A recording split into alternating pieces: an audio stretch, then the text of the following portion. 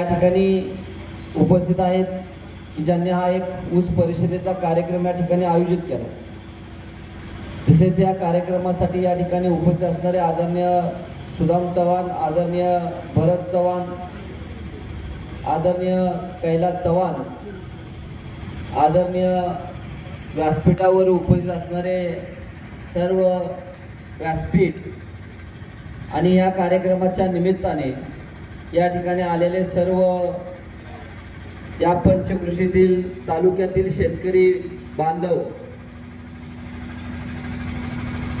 आज आपण या ठिकाणी बघतोय की आपण सगळे ऊस परिषदेच्या निमित्तानं या ठिकाणी एकत्रित जमलेलो आहे।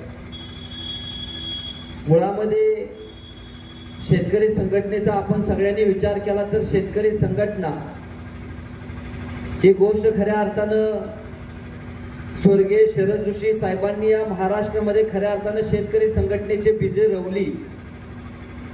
ज्या माणसानं महाराष्ट्रातल्या वेगवेगळ्या प्रांतातल्या, मग उत्तर महाराष्ट्र असेल, विदर्भ असेल, मराठवाडा असेल, खानदेश असेल किंवा कोकण असेल, इथल्या सर्वसामान्य शेतकऱ्याच्या तरण्या बाण पोराला खऱ्या अर्थानं प्रस्थापितांच्या विरोधात लढण्यासाठी ज्या शरद जोशींनी खऱ्या अर्थानं ताकद दिली आणि शरद जोशींच्या विचाराने प्रेरित होऊन त्या ठिकाणी हजारो कार्यकर्ते शेतकरी संघटनेच्या मुशीमध्ये तयार झाले।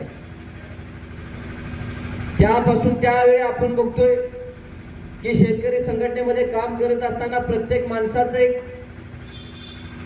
तो त्या ठिकाणी का काम करतो, त्याचं संघटनेत काम करत असताना संघटनेपासून एक ब्रीद वाक्य आहे की आम्हाला घामाचं दाम पाहिजे, भीक नको घेऊ, घामाचे दाम। म्हणजे आम्हाला तुम्ही त्या ठिकाणी आमच्या शेतमालाला तोडका भाव देऊ नका, शेत मालाला खऱ्या अर्थानं त्या ठिकाणी तुम्ही अजिबात किंमत नसल्यासारखं काम कुठलंही सरकार आलं तर त्या ठिकाणी ते करत असतं। आणि म्हणून हे प्रस्थापितांच्या विरोधामध्ये एक चांगला लढा तयार करण्याचं काम शरद जोशी साहेबांनी केलं। आणि त्याच मुशीतनं मग आदरणीय सदाभाऊ असतील, आदरणीय राजू शेट्टी साहेब असतील, आदरणीय लक्ष्मण वडले असतील, आदरणीय पाशा पटेल असतील, आदरणीय शोभाताई वाघमारे असतील, असे कित्येक त्या ठिकाणी माझे आमदार आदरणीय वामनराव चटप असतील, ही माणसं या संघटनेच्या मुशीमध्ये खऱ्या अर्थानं तयार झाली। आपला तसा हा पश्चिम महाराष्ट्राचा भाग, त्या पश्चिम महाराष्ट्रामध्ये आपण आता बघतोय की सगळ्यात जास्त शेतीमध्ये उत्पन्न बघितलं तर आपण ऊस या पिकाचं आहे। गेली कित्येक वर्ष त्या ठिकाणी चळवळीच्या माध्यमातून आपल्या सगळ्यांचा लढा चालू आहे। आता मी सचिन भाऊंना म्हटलो की सचिन भाऊ तुम्हाला लय मानलं पाहिजे, ते तुम्हाला म्हणले की माणसं कमी आहेत। अजिबात असं म्हणू नका, माणसं येणं लय अवघड आहे। इलेक्शनचं आपण सगळ्यांनी बघितलंय, गाडींची सोय आहे, मटणाची सोय आहे, दारूची सोय आहे, तवा माणसं गाडीत कणाकण कोंबायला लागतात। सगळं देऊन पण मटण, जेवण, दारू सगळं देऊन तरी माणसं म्हणतात बघतो विचार करतो याचं का नाही, तिथं तरी फुकट तुम्ही बोलत बसायचं, लय अवघड आहे। सगळ्यात कठीण काम आहे की शेतकरी संघटनेमध्ये किंवा कुठल्याही चळवळीमध्ये त्या ठिकाणी डोकी वाढवणं, माणसं तयार करणं। कारण 2013चा आपल्याला सगळ्यांना इतिहास आहे, सगळ्यांना तो इतिहास माहित आहे की या प्रस्थापितांनी खऱ्या अर्थानं गोळ्या घालून आपली 2 तन्नी बाण शेतकऱ्यांची पोरं मारून टाकली। त्यावेळी काँग्रेस आणि राष्ट्रवादीचं सरकार होतं। इंदापूरला आपल्या पुंडलिक कोकाटेला आणि या ठिकाणी आपल्या आष्ट्याला, सांगलीच्या चंद्रकांत नलवडेला 15 फुटावरून पोलिसांनी गोळ्या घातल्या। तेव्हा ऊसाचा भाव 1400चा 2200च्या घरामध्ये खऱ्या अर्थानं त्यावेळी गेला। पण त्यासाठी आपल्या 2 तन्या बाण पोराला लक्षात ठेवा जीव द्यावा लागला। आज काय अवस्था असेल त्यांच्या घरातल्यांची, आपण संघटनेच्या माध्यमातून त्यावेळी त्यांच्या प्रपंचाच्या हाकेसाठी, गाड्यासाठी थोडीफार आर्थिक मदत केली। पण त्यातनं तो गेलेला माणूस परत येणार आहे का हो? ज्याचं आयुष्य गेलं त्याचं काय? आज चळवळीत सचिन भाऊ म्हणले आम्ही एकत्र काम करतोय, माझ्यावरती सुद्धा 13-14 गुन्हे आहेत, त्यांच्यावरती 8-10 गुन्हे आहेत। आम्हाला सांगलीला मला कोर्टात जावं लागतंय, इस्लामपूरला जावं लागतंय, पुण्याला आम्ही एक आंदोलन मोठं आपण साखर आयुक्त कार्यालयावर केलं, फोडलं सचिन भाऊ, त्या तारखेला जावं लागतंय। कोल्हापूरला 2-3 तारखा आहेत, तिकडे जावं लागतंय. ह्याच्यातनं मला एक गोष्ट खऱ्या अर्थानं सांगायची आहे की बघा, जी वयातली 18 ते 25 आणि 30 मधली पोरं आहेत ती आता चळवळीत याला कडवी तयारच नाही. त्यांना खानदानी पक्ष पाहिजे, आपला बिल्ला लावायचा नाही. त्यांना लाज वाटते बिल्ला लावायचा. 4 माणसात जायचं आहे बिल्ला लावून, तर त्यांना पुढनं जाताना वाटतं की यायला सगळी माणसं माझ्या छातीकडे बघायला लागल्यात काय. अरे हा बिल्ला कुठला? भले कुठल्याही संघटनेचा, शेतकरी संघटनेमध्ये कुठल्याही संघटनेचा असेल, पण तो बिल्ला खऱ्या अर्थानं तुझ्या बापाच्या कामाचा आणि कष्टाचा बिल्ला. हा बिल्ला प्रतिनिधित्व करतोय तुझ्या बापाच्या कामाचं. हा बिल्ला खऱ्या अर्थानं प्रतिनिधित्व करतोय ज्या शेतकऱ्यांनी चळवळीमध्ये स्वतःचा जीव दिला. शरद जोशींनी ज्यावेळी छातीला बिल्ला लावला, त्या बिल्ल्याचा कलर लाल का ठेवला? कारण बिल्ल्याचा कलर लाल ह्यासाठी ठेवला की या महाराष्ट्रामध्ये 1984 ला मोठं कांद्याचं आंदोलन झालं. उत्तर महाराष्ट्रामध्ये नाशिकला त्या आंदोलनामध्ये सुद्धा गोळीबार झाला आणि त्या ठिकाणी लक्षात ठेवा जवळपास 8 ते 10 माणसांना आपला जीव द्यावा लागला. तेव्हा शरद जोशींनी ठरवलं की माझ्या संघटनेचा एक बिल्ला असणार आणि त्या बिल्ल्याचा कलर मला लाल ठेवायचा आहे, कारण माणसाचं रक्त लाल आहे. आणि त्या ठिकाणी त्यावेळी त्यांनी ठरवलं की हा बिल्ला जेव्हा माझा शेतकरी त्याच्या छातीला लावेल त्यावेळी खऱ्या अर्थानं समाजामध्ये तो स्वाभिमानाने फिरेल. पण आज बिल्ले लावणारी माणसं तुम्हाला दिसणार नाही. पक्षाचं बँड हातात लावतील पण बिल्ला लावणार नाही. ते म्हणतात बिल्ला लावून काय मिळणार आहे, कशासाठी लावायचा? आज बघा सगळ्या वक्त्यांनी सांगितलं, सचिन भाऊनी पण उसाचा चांगला हिशोब सांगितला. ज्या निवडणुकीच्या माध्यमातून सचिन भाऊ शेतकऱ्यांनी कसं बऱ्यापैकी लोकांचं कामात काढलंय. शेतकऱ्यांनी आंदोलनामध्ये सगळ्यांना माहित आहे आता याला अवघड आहे. आता तुम्ही म्हणता उद्या गावात जाऊन ऊस अडवा. मला एक डोक्यात बघा असा प्रश्न पडला, आम्ही वाळव्यात पण आता असं करायला गेलो तर काय नग पुढे येणार? म्हणणार आमचं फुकट जाऊ दे. गडी घासून निवडून आला आमच्या इथला, त्यामुळे त्याचं गडी आता लय टाकून आहेत आमच्यावरती. आम्ही आंदोलन करायला गेलो की म्हणणार माझा फुकट गेला तरी मला काय घंटा फरक पडत नाही, आम्ही ऊस घालवणार आहे. तू कोण अडवणारा? मला 200 रुपये मिळू द्या त्यांना. तू अडवणाराच कोण? फक्त त्यांचं मेन प्यालं बरं का, बाकी त्यांच्या मागचं म्हणणार अडवा. पण आम्हाला तुम्ही मगाशी काका म्हणले तसं अडवा, आम्ही मार खातो आणि तुम्ही पैसे घ्या. हे किती वर्ष चालवायचं, किती दिवस हा धंदा करायचा? कारण आम्ही आता त्या ठिकाणी इलेक्शनला सगळी गावागावात ना मुद्दा मांडला, कारण आमची लढाई साखर सम्राटाच्या विरोधात होती. वाळवा तालुक्यातला आमचा साखर सम्राट त्या ठिकाणी दर ठरवतो, त्याचीच मग चांगला आजूबाजूच्या गाड्यांना होती आणि मग ते दर कसा बोलायला लागतात. खरं सांगतो तुम्हाला सचिन, त्यावेळी जयंत पाटील साहेबांनी 3200 केलाय. मग आता सगळी त्या 3200च फिरतात नाही बघा, इकडं तिकडे इकडं तिकडं. म्हणून आम्ही बरोबर यावेळी कैचीत घावल्याला पण गडी सुटला. तुम्हाला मी करेक्ट सांगतो, आम्ही भाषणात सांगितलं काय चुकीचं आमचं, काय चुकीचं आम्ही म्हणलो. आजपर्यंत अजितदादाला आम्ही अजिबात मानत नव्हतो. अजितदादांना आपण, कारण ते आपल्या विरोधातलेच हो. आम्ही म्हणायचं की याच्या यायला अजितदादा गड्डी होतोय माणसाची, ह्यासनी काही शेतकऱ्यांचं प्रेम नाही काय नाही अशीच आहे. रिअल बोलूया 2 मिनिटं. पण अजितदादा आले इस्लामपूरला आणि तिथं त्यांनी सभा केली. त्या सभेत सगळ्यांच्या डोक्यात एकदम चकित झाला जाळ. दादा भाषणात म्हणले की आमच्या तिकडं ऊसाची रिकव्हरी म्हणले 11. मी दर दिलाय मागच्या वर्षी 3700 रुपये. बघा तुमच्याकडे कडवत येतं 3100, टनाला हाणतोय 500 600 आणि आपण हलग्या लावत आणतोय गावात टाण टाण टाण. व्हिडिओ आमची राहिलेले ठोक. आता मला त्यावेळी कळालं की अजितदादा खरंच राव कामाचा माणूस आहे. सगळी म्हणायची काय अजितदादाच्या संपर्कात आल्याशिवाय घडी कळत नाही. पण अजितदादानं भाषण केलं, मी क्षणात प्रेमात पडून म्हणलो याला कसा पण असेल पण शेतकऱ्याला का 3700 दर दिलाय. मग त्यांनी हिशोब केला. बघा म्हणजे परत मी सगळीकडे हिशोब आमचा असा की ते म्हणले मी टनाला दिलाय 3700, इथल्यानं दिलाय 3100. टना मला किती हाणल्यात वापलं 700. बघा ते म्हणले आमच्याकडे 11% 11.5% रिकव्हरी, म्हणजे आमच्याकडे टनाला साखऱ्या पडतोय 115 किलो 120 किलो. तिकडं म्हणले तुमच्याकडे टनाला साखऱ्या पडतोय 127 128 किलो. ते म्हणले 7 ते 8 किलो साखऱ्या नाहीतर 13-14 किलो साखऱ्या तुमच्याकडे जादा होतोय.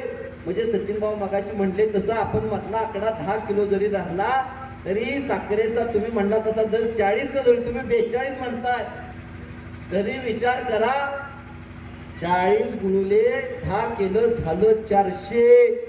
दादा म्हणले घेऊ जर गॅप माझ्याकडे असता तर मी 3700 अधिक 400 4100 दिला असतो. म्हणजे त्यानं आपलं टनाला आधी हाणलं 600 आणि साखऱ्याचा हिशोब केला तर 400 600 अधिक 400 झालं किती हो 1000 कडवं हाणत होतं टनाला 1000. आम्ही एका शेतकऱ्याला सांगितलं बाबा तुझा ऊस किती आहे किंवा म्हणला माझा 70 टन जातोय. म्हणलं तुझी वर्षाला 70,000 ना हाणतंय 5 वर्षाचं 7-5 35 3.5 लाख रुपये हाणतंय आणि आपण म्हणतोय काय नेताय हो लावा हलक्या ह्याच्यासाठी कशाला आमच्या हल्ल्या म्हणून 3.5 लाखानं एका एकरवाल्याचं 70 टनाचा अवरेज असेल तर. पण समजा एखाद्याचं 4-5 एकर रान आहे त्याचा 350-400 टन ऊस जातोय.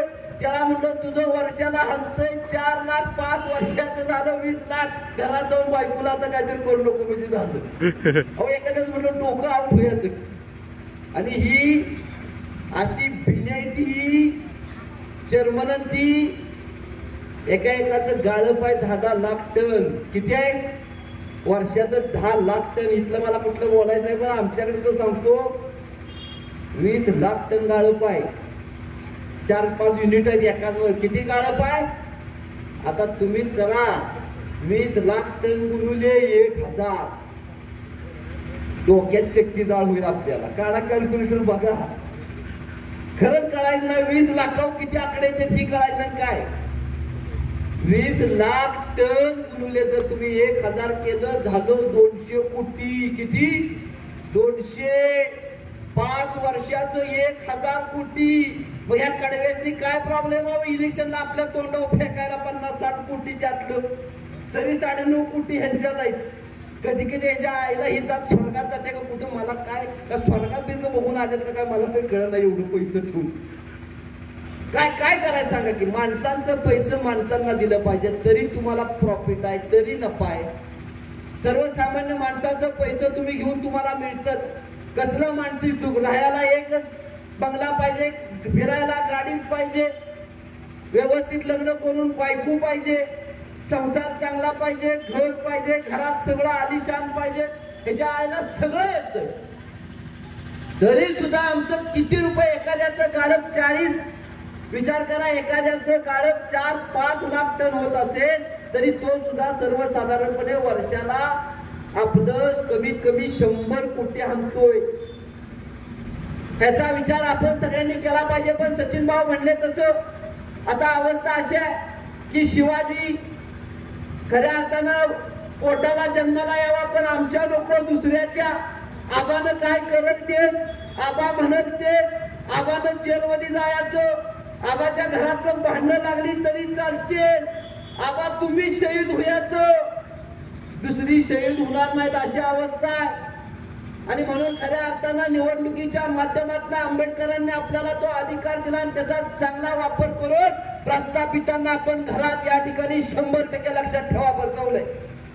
पण दुसऱ्या बाजूला ही लढाई लढत असताना आपल्या सगळ्यांना एक चांगला खऱ्या अर्थाने एकत्रित येऊन सगळ्यांनी आपण व्यवस्थित बसून ह्या गोष्टीचा विचार केला पाहिजे की भविष्याच्या काळामध्ये संघटना कशी पुढे न्यायची संघटनेच्या माध्यमातून त्या ठिकाणी आपण कसं एकत्रित व्हायचं.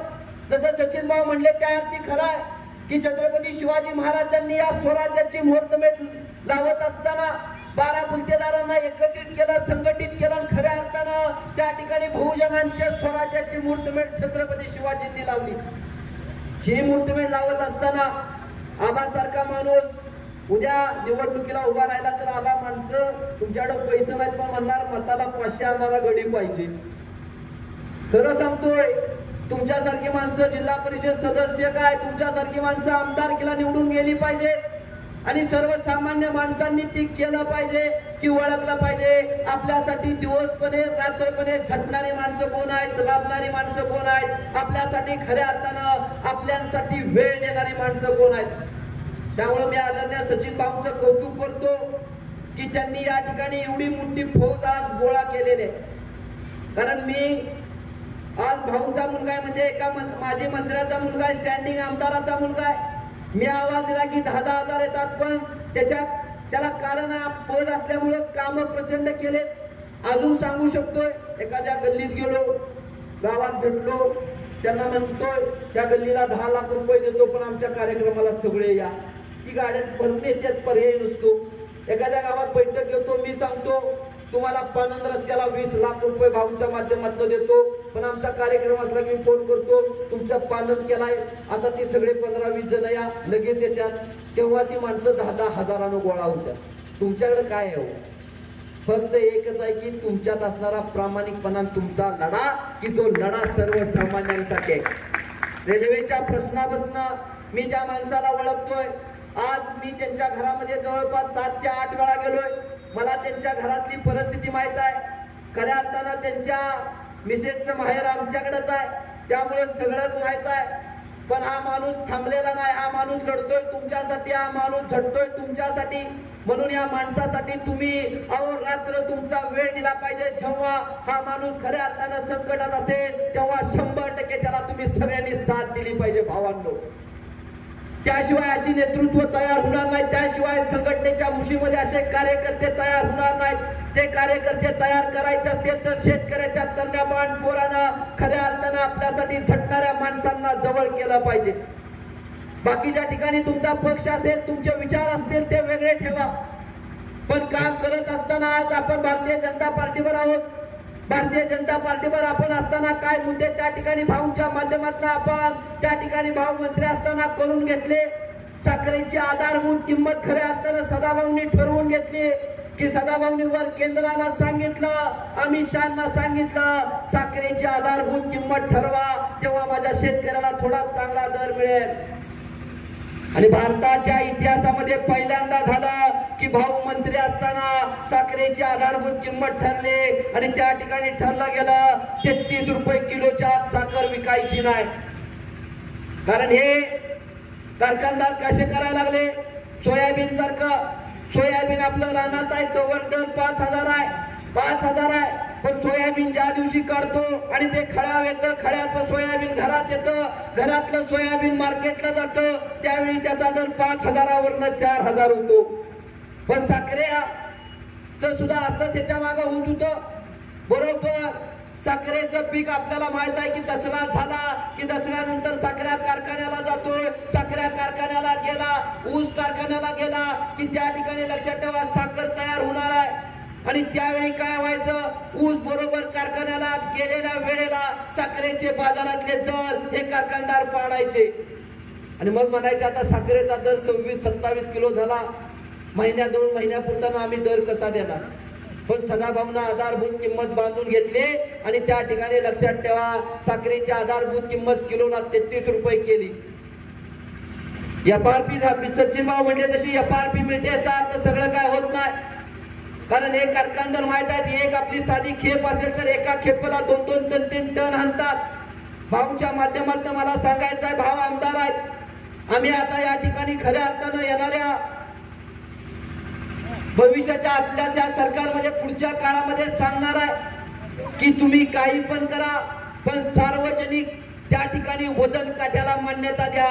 जो कारखाना सहकार तत्वावर चालतोय त्या कारखान्यानं त्या ठिकाणी सार्वजनिक ठिकाणी एखाद्या ट्रॅक्टरनं जर वजन घेतलं तर ते वजन घेतलेला ऊस कारखानदारानं बंधनकारक आत घेतला पाहिजे. अशी लढाई आपल्याला भविष्याच्या काळात लढावी लागेल. अहो जर खेपोमागं सुद्धा 2-2, 3-3 टन वाचलं तर 6-6, 7-7 हजार रुपये कुणाला विचारणार. ही गोष्ट सोप्या आणि साधे घडू शकते. कारण वजनामध्येच ही माणसं आपल्याला त्या ठिकाणी लय मोठा टांग लावत. आणि म्हणून भाऊंना आमदार झाल्यावरती आम्ही सांगितलंय की येणाऱ्या काळामध्ये फडणवीस साहेब आपले मुख्यमंत्री झाल्यात, त्यांना तुम्ही पटवून द्या की सार्वजनिक ठिकाणी वजन काटे उभे राहिले पाहिजेत की जेणेकरून तिथलं वजन बंधनकारक झालं पाहिजे. हा मुद्दा त्या ठिकाणी ठरावामध्ये सचिन भाऊ तुम्ही मांडला आणि तो रास्ता आहे. नाहीतर आम्ही या ठिकाणी रेटरे हरणाक्षला एक वजन काटा तयार केला, एका माणसानं दिला, रघुनाथ दादांनी तिथं उभा केला, शेतकरी संघटनेनं नारळ फोडले, पण कारखानदारांनी सांगितलं ह्या वजन काट्याला जो जो ट्रॅक्टर वजन घेईल त्याचा ट्रॅक्टर आम्ही कारखान्यात येऊन देणार नाही। आणि तसंच घडलं, ज्या माणसानं वजन काटा घातलेला तो माणूस रेट्रिया हाताचा वजन काटा काढून त्या ठिकाणी कर्नाटकला निघून गेला। म्हणजे का हो, म्हणजे याचा अर्थ 100% कुठंतरी गोळमेळ आहे की नाही? निधड्या छातीनं सांगा ना, सर तू कुठं पण वजन काटा करून मी आत घेतो काय हे सांगत नाहीत, कारण त्यांना माहित आहे वजन काट्यात सुद्धा पैसे हाणायचे शेतकऱ्यांचे। आणि म्हणून या सगळ्या लढ्यासाठी आपण एकत्रित आलं पाहिजे। पाठीमागच्या काळामध्ये 3-5 फॅट दुधाला त्या ठिकाणी SNF 4-5 असणाऱ्या दुधाला चांगला दर होता, मागच्या काळामध्ये 35 झाला। आज पुन्हा दुधाचा दर गाईच्या 3-5 फॅटला पुन्हा त्या ठिकाणी कोसळला, 35 वरून आज 30 रुपये आला। आपण त्या ठिकाणी मोठं आंदोलन पुण्याला केलं मागच्या 6 महिन्यामध्ये। त्या ठिकाणी आदरणीय विखे पाटील दुग्ध विकास मंत्री होते आणि आपण त्यांना सांगितलं म्हणून त्यांनी दुधाला 5 रुपये अनुदान दिलं। 5 आता इलेक्शनच्या काळात 7 रुपये केलं। पण हे किती दिवस? जसे आधारभूत किंमत त्या ठिकाणी साखरेची ठरली तशी आमची मागणी आहे की गाईच्या दुधाला लिटरला 35 रुपये त्या ठिकाणी तुम्ही आधारभूत किंमत करा। 35 रुपयाच्या अजिबात लिटरचं दूध घेणार नाही 3-5 फॅटचं। हे करायचं पुण्या, हे करायचं खऱ्या अर्थानं आपली माणसं तिथे गेल्यात, सदाभाऊ असतील, पडळकर असतील, यांनी हे मुद्दा आता त्या ठिकाणी विधान परिषदेमध्ये विधान भवनामध्ये शेतकऱ्यांच्या बाजूने मित्रांनो मांडले पाहिजेत। म्हणून खऱ्या अर्थानं ही लढाई संघर्षाची आहे, पण शेतकऱ्याच्या पाठीला संघर्ष पुजलेला आहे। आणि म्हणून आदरणीय सचिन भाऊ जसे बोलले तसं खऱ्या अर्थानं तुम्हाला या आंदोलनाच्या माध्यमातून त्या ठिकाणी आंदोलन करत असताना अजून या ठिकाणी इथल्या कारखान्याने ऊस दर जाहीर केलेले नाहीत, त्यामुळे तुम्ही खऱ्या अर्थानं आंदोलन करू शकता। ते म्हणले त्या तसंच गावागावामध्ये आपल्याला त्या ठिकाणी लक्षात ठेवा, जी आता ऊस तोड चालू असेल ती ऊस तोड थांबवावी लागेल। त्यामुळे खऱ्या अर्थानं कारखानदार मग चर्चेला बोलवतील, चर्चा होईल, चर्चेच्या माध्यमातून आपल्याला दर मिळेल। आधी असं व्हायचं की इथलं उदाहरण पंढरपुरात जाऊन सांगायला लागायचं की सांगली कोल्हापूरचे शेतकरी टनाला एवढं देतात आणि तुमचं काय? आज झालं उलट, तिकडचं उदाहरण इकडं द्यायला लागते सचिन भाऊ। अहो अभिजित पाटील पंढरपूरचे आता आमदार झाले, तिने 36 ठराव जाहीर केलाय। काय आहे तिकडे रिकव्हरी? 10.5 रिकव्हरी आहे। 10.5 रिकव्हरी वाल्याला जर त्या ठिकाणी 115 किलो साखर तयार होऊन जर 105 किलो साखर टनाला तयार होऊन जर त्या माणसाला 3600-3500 परवडतोय, तर आपल्याकडे तरी ह्या बेण्यांना का परवडत नाही? जरा विचार करा। म्हणून येणाऱ्या काळामध्ये खरंच प्रत्येकाचा सचिन भाऊ एक काळ असतो, ह्याच्यामध्ये आता आपल्याला उडी घ्यावी लागेल। एक काळ होता त्या नेत्यांनी त्या वेळेनुसार उडी घेतली, त्यांनी मागचा विचार केला नाही, घरावर तुळशीपत्र ठेवली, त्यांनी विचार केला नाही की सकाळला घरात बाहेर पडलं तर संध्याकाळी मागे येईल का। हे कारखानदार दिसते तेवढी सोपी नाही, कुठं जर ठोकून घेऊन सुद्धा करू शकतात। खरं सांगतोय मी तुम्हाला, कारण या निवडणुकीमध्ये मला काय वाईट अनुभव आले ते मला पर्सनली माहिती की शेतकऱ्यांचं एखादं पोरग स्टेजवर आलं लय मतं मांडायला लागले तर आमच्या तालुक्यातली काय माणसं म्हणले की यांचा हातपाय मोडलं पाहिजे, त्यांना ठोकलं पाहिजे, त्यांचा गेम केला पाहिजे। अरे या जगामध्ये जेवढं नशीब आहे तेवढंच आयुष्य सगळ्यांना मिळणार आहे। कोण या ठिकाणी लक्षात ठेवा कवच कुंडल घालून या ठिकाणी जन्माला आलेला नाही। जो तो माणूस या ठिकाणी एक नाही दिवस स्मशान भूमीमध्ये जाणार आहे, पण मरताना सुद्धा स्वाभिमानानं आणि शेतकऱ्यांसाठी लढला म्हणून त्या ठिकाणी जीव गेला तर भेटणार, पण आम्ही मागे सरणार नाही। आणि म्हणून या महाराष्ट्रामध्ये एक चांगली युवा पिढी खऱ्या अर्थानं शेतकरी संघटनेच्या माध्यमातून, शेतकरी चळवळीच्या माध्यमातून येणाऱ्या काळामध्ये आपल्याला तयार करायची आणि नक्कीच एक चांगली फौज आदरणीय सचिन भाऊ सारखी खऱ्या अर्थानं मला एक चांगले सवंगडी आणि चांगले मित्र आणि ज्यांचा आदर्श आम्ही सुद्धा डोळ्यासमोर ठेवून भविष्याच्या काळामध्ये काम करू अशी माणसं या ठिकाणी आज जमा झालेत। एवढंच तुम्हाला या ठिकाणी कळकळीची विनंती करतो की आबासारख्या एका साध्या माणसाला, आबासारख्या एका खऱ्या अर्थानं सर्वसामान्यांसाठी लढणाऱ्या माणसाला तुम्ही येणाऱ्या काळामध्ये भावांनो ताकद द्या। निश्चितपणे सचिन नलवडे 100% तुमचं चांगलं केल्याशिवाय राहणार नाही, एवढंच आव्हान करतो आणि या ठिकाणी मनोगत थांबवतो। जय हिंद, जय महाराष्ट्र।